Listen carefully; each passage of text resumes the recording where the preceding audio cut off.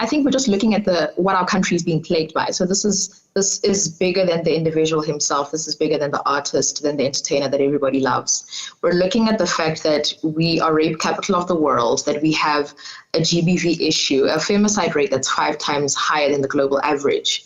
So we're not helping ourselves by being entertained for 2 days with somebody who has a record, by bringing them to a country like ours where we suffer from GBV. So we are just fighting what we stand for on our integrity, which is anti-GBV. Yeah, I'm sure you've seen the debate. It's taken off and is in overdrive on places like social media. And suppose you're expecting some of my next questions. Amongst Chris Brown's defenders are people who are saying that we can walk and chew at the same time. I mean, you can have a situation where you're against gender-based violence, but separate the actions of the artist from the art, which is his music. What's your response to that kind of thinking?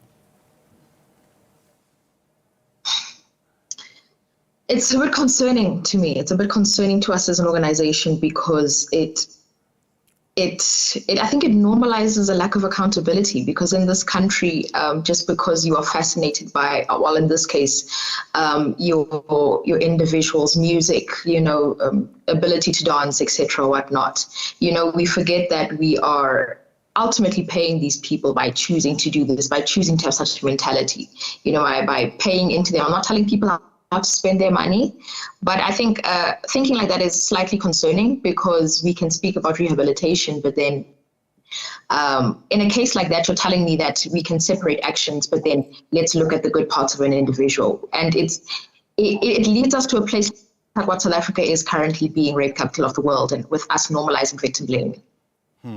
Does it matter at all to your organization that, Chris Brown may come out to say that he's completely reformed? This was at a time when he saw the world differently in his own life. He's learned from his lesson, and he too is now an activist against gender-based violence. I mean, if it's a case like that, because his fans have actually spoken about that. His fans have said, he did the crime, he did the time, but a lot of people are specifically focusing on the whole Rihanna incident, because that's the one most people know about in 2009.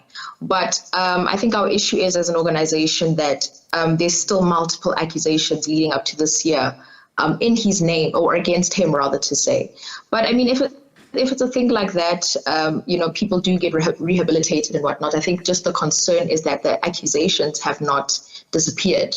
I mean, there is a documentary coming out there of his accusations and his abuse history. Of course, you, in fact, have conceded this already. The issue around gender-based violence is way bigger than Chris Brown. And, one wonders then how preventing him from coming to the country actually solves what's at the heart of the problem. That's at least the argument as it goes. I think it would send a strong message to say that as a country, we're getting to a point where we're becoming strict about who we allow into our country first and foremost. I think the message that it would send if they revoke his visa or he can't perform anymore, if that happens.